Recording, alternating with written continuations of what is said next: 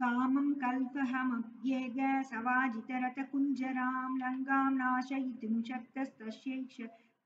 तुनु निश्चय रामेण हि प्रतिज्ञातं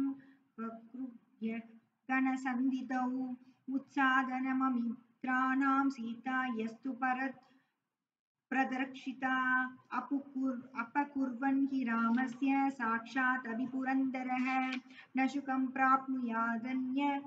किं पुनस्त्वत् विदो जनः यां हिदेत्यभिजानासि येयं तिष्ठति ते वसे कालरात्रिदितं विद्धि सर्वलङ्का विनाशिनी तदलं कालभाषेण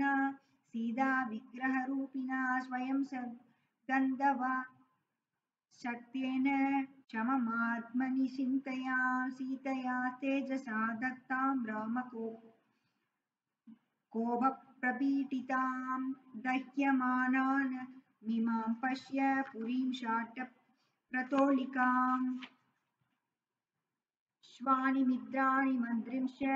ज्ञातीन्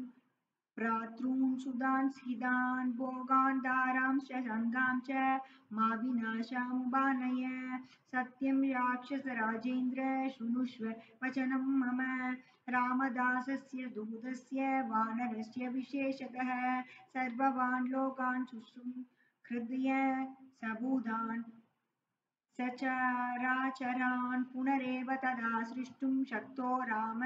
महायशा देवासुरनरेन्द्रेषु यक्षरक्षो गगनेषु च विद्याधरेषु सर्वेषु